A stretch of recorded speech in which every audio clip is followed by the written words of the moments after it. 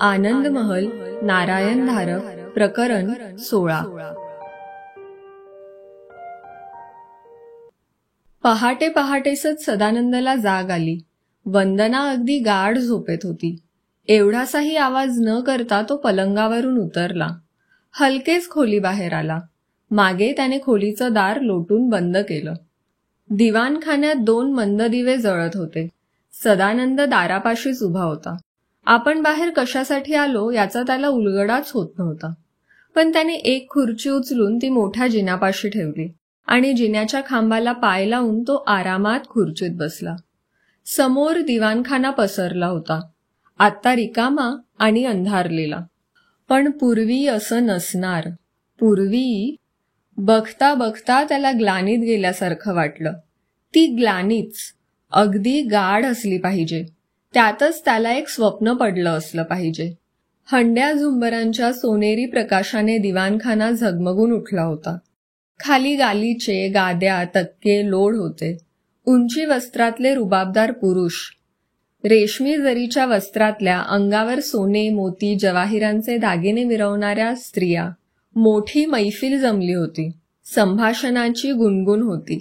मधूनच हास्याची एखादी लकेर उठत होती। हवेत मंद सुगंध होता। मद्याचे प्याले दिले घेतले जात होते। पैंजणांचीही छुनछुन होती। त्याचा खांबावरचा पाय घसरला। तोल जाऊन तो एकदम पुढे वाकला। नजर क्षणमात्र वर गेली। प्रकाशाच्या कवडशासारखं काहीतरी झपाट्याने वर गेल्यासारखं वाटलं। तो मैफिलीचा स्वप्न देखावा फुटलेल्या काचचित्रासारखा खळखळत खाली पडला होता। अवेळी झोपेने किंवा शरीराच्या त्या जराशा अनैसर्गिक पवित्र्याने असेल, त्याच्या सर्वांगावर एक बधीरपणा जाणवत होता। डोक्याच्या मागे आणि कानशिलात जराशी कलकल होती। सदानंद उठला। जड पावलांनी चालत मोठ्या दारापाशी आला। मोठे मोठे बोल्ट सरकवून जाड जाड कड्या काढून त्याने दार उघडलं। बाहेर मोतिया रंगाची पहाट होती आणि बाहेरच्या गार वाऱ्यात शरीरावर थंडीची शहार आली तेव्हा त्याला समजलं की आपलं सर्व शरीर घामाघूम झालं आहे। मोठं दार त्याने बंद केलं। शरीरावरून जाणाऱ्या थंडीच्या शहारीविरुद्ध त्याने हातांची छातीशी घडी केली होती।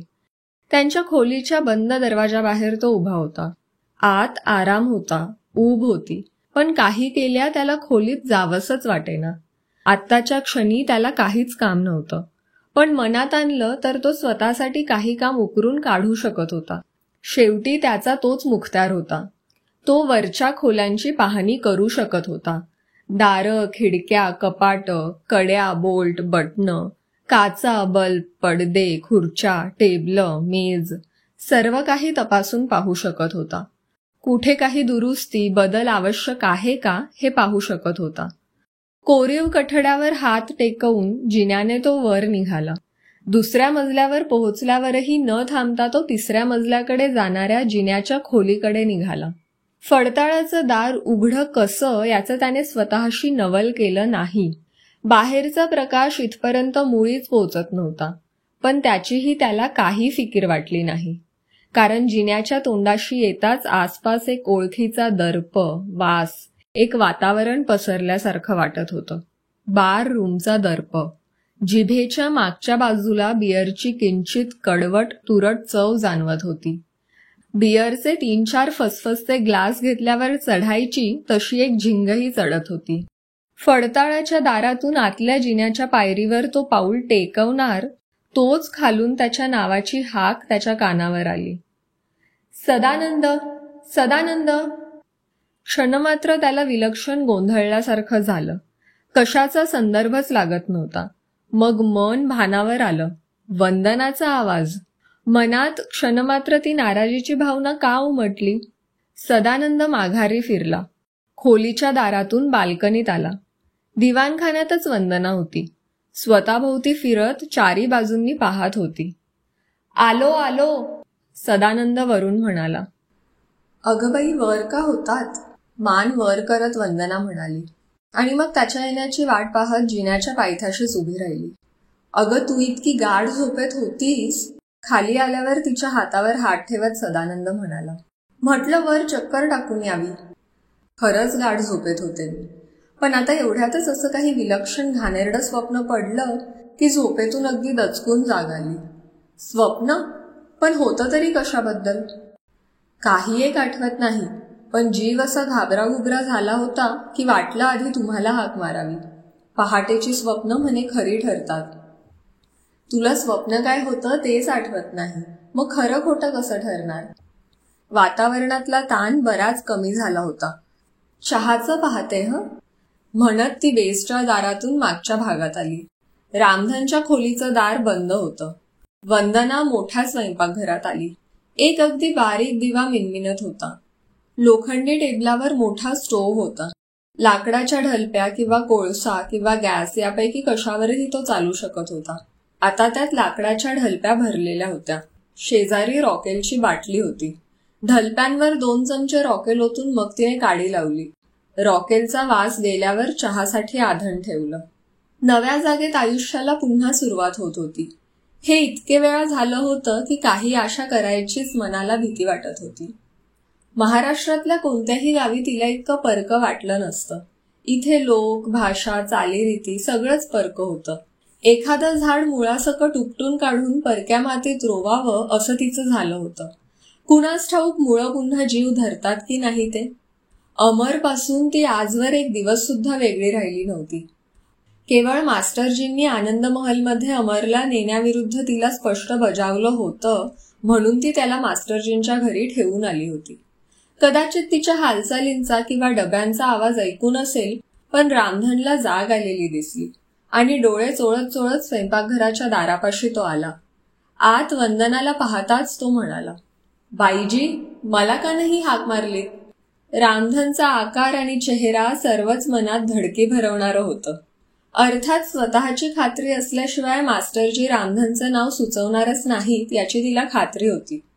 पण त्याच्या आसपास वावरताना एखाद्या वाघ सिंहाच्या पिंजऱ्याच्या आसपास असल्यासारखं तिला वाटायचं. पिंजरा आहे खरा, पण कशाला रे? बाईजी, मी स्टोव्ह पेटवून दिला असता की. बरं, मी पेटवला आहे आता स्टोव्ह. तुझा पण चहा टाकते जी बाईजी, मी जनरेटर सुरू करून येतो. तो घाईघाईने बाहेर गेला. कदाचित त्यालाही आपल्यासारख्यांच्या सहवासात वावरायची सवय नसावी असा तिचा तर्क होता. रामधन परत आला. दारापाशीच उभा राहिला आणि म्हणाला, बाईजी, बाबूजी अजून झोपलेत? नाही, ते तर केव्हाच उठले आहेत, येतीलच एवढ्यात. तिने चहाचे 3 ग्लास भरताच रामधन पुढे झाला. त्यातले 2 त्याने उचलले आणि तो म्हणाला, बाबूजींना देऊन येतो. टेबलाला टेकून उभी राहत वंदनाने चहाचा घोट घेतला. पावडरचं दूध ते, चव अशी किती येणार. पण आता पैशांची वाण नव्हती आणि पूर्वीच्या स्वस्त पावडरपेक्षा ती चांगल्या प्रतीचा चहा आणू शकत होती. तेव्हा तो स्वाद होताच. तिचे आणखी 2 घोट घेऊन होतात न होतात तोच रामधन परत आला. त्याच्या हातात त्याचा ग्लास होता. बाबूजी बाहेर दारापाशी बसलेत, तिथेच चहा घेतायत. कदाचित तिने बाहेर यावं अशी सदानंदची इच्छा असेल, पण आता वंदनाला काही प्रश्नांची उत्तरं हवी होती. रामधन गावचाच होता. त्याच्याकडून ती मिळण्याची शक्यता होती. रामधन, मी तुला काही विचारणार आहे. विचारा की बाईजी. खरी आणि संपूर्ण उत्तरं देणार असशील तरच विचारते. रामधन आधी जरासा घुटमळला, पण मग म्हणाला, काहीही विचारा बाईजी. रामधन, तू राखस पोटचाच, इथेच लहानाचा मोठा झालेला? हो बाईजी. आनंद महलची ख्याती तुला माहीत होती ना? तो काही बोलणार तोच एक हात वर करून त्याला अडवत वंदना म्हणाली, रामधन, मास्टरजींनी मला धोक्याची सूचना दिली आहे. सांभाळून राहण्याचा इशारा दिला आहे. मग तू इथे कसा राहायला आलास? बाईजी, तुम्ही खरं सांग म्हणालात ना, आता अगदी खरं खरं तेच सांगतो. आनंद महलची दुष्कीर्ती गावात सर्वांनाच माहीत आहे. सगळेच या वास्तूला भिवून असतात. का माहीत आहे? या इमारतीत फार भयंकर प्रकार घडलेले आहेत. चोरीसाठी आलेल्या 8-10 जणांचा बळी गेला आहे. हाल हाल होऊन. त्यांच्यात माझा भाऊ होता बाईजी. कदाचित तो चोर असेल, पण त्याला शिक्षा मृत्यूची मिळाली. हाल हाल करून ठार मारण्यात आलं याला बाईजी. कोणी मारलं, का मारलं आणि प्रकरण तेवढ्यावर थांबलं नाही बाईजी. तुमचे सदानंद बाबूजी काय पहिलेच आनंद महलवर राहायला आले तसं वाटतं का काय तुम्हाला? अहो, पहारेकरी, वॉचमन, मुलींजी कोणत्या ना कोणत्या नावाची नोकरी धरून याआधी कितीतरी जण आनंद महलवर राहायला आले होते. गावातल्या सर्वांनी सांगण्याचा किती प्रयत्न केला, पण त्या बदमाश मिश्रांची पैशांची लालूचच शेवटी जिंकून गेली. ते इथे आले, काही एकटेच होते, काही म्हातारे होते, पण काही लग्न झालेले होते. त्यांनी आपल्या बायकोला, काहींनी तर बायको मुलांनाही इथे आणलं होतं. रामधन गप्प बसला तशी जरा वेळाने वंदना म्हणाली, मग काय? मग त्यांचं पुढं काय झालं? त्यांच्यातल्या आता इथं कोणी नाहीत ना? वंदना त्याच्याकडे नुसती पाहतच राहिली. त्यांच्यातले कोणी गावातही आले नाहीत. त्या मिश्रांना विचारलं तर ते म्हणतील गेले असतील परत, मला काय माहीत. पण बाईजी, आनंद महलवरून कोणीही परत गेलं नाही. रामधनचा आवाज खाली आला होता. त्या सर्वांचं काय झालं ते कोणालाही माहीत नाही, पण मिश्रा मात्र नवीन लोकांना नोकरीसाठी इथे आणतच असतो. रामधनचे शब्द ऐकता ऐकता वंदनाच्या मनासमोर एकापेक्षा एक भयंकर अशी चित्र उभी राहत होती. सुरुवातीपासूनच मनात जो एक प्रश्न येत होता त्याचं उत्तर कदाचित यात होतं, पण मनाला भयभीत करून टाकणारं उत्तर. इथे वॉचमनची किंवा केअरटेकरची काय जरुरी आहे, असा तिला आदल्या दिवसापासूनच प्रश्न पडला होता. आता त्याचं उत्तर होतं. त्याची काहीही जरुरी नव्हती. केवळ त्यांना इथे आणण्यासाठी त्या नोकरीचं प्रलोभन होतं. एकाएकी तिला वाटलं आपले विचार फार एकांगी आहेत. आजच्या 20व्या शतकात अशा गोष्टी घडत नाहीत. मिश्रांच्या मुखत्यारीतली आनंद महलवर कोणी वॉचमन ठेवावा अशी एक अट असण्याची शक्यता होती. शिवाय ते काही रानावनात पडलेले नव्हते.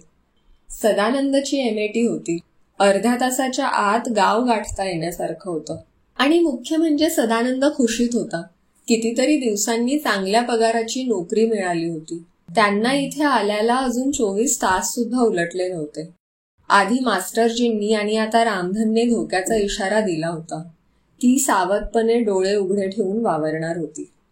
तिच्या हातातला ग्लास घेऊन रामधन सिंककडे गेला. मी जरा बाहेर बघते म्हणत वंदना निघाली. बाईजी, रामधनची हाक येताच ती मागे वळून पाहू लागली. एक लक्षात ठेवा बाईजी, रामधन म्हणाला. शक्यतोवर तुम्ही इथे खालच्या मजल्यावरच वावरत जा. वरच्या मजल्यावर जाण्याचं खरं तर काहीच कारण नाही. अगदी जावं लागलंच तर दिवसा उजेडीत जा. आणि त्याच्यावर आणखी एक मजला आहे, त्या मजल्यावर तर कधीच जाऊ नका. त्याच्या प्रांजळपणावर शंका नव्हती. मी लक्षात ठेवीन रामधन, ती म्हणाली. दिवाणखान्याच्या मोठ्या दारापाशीच सदानंद बसला होता.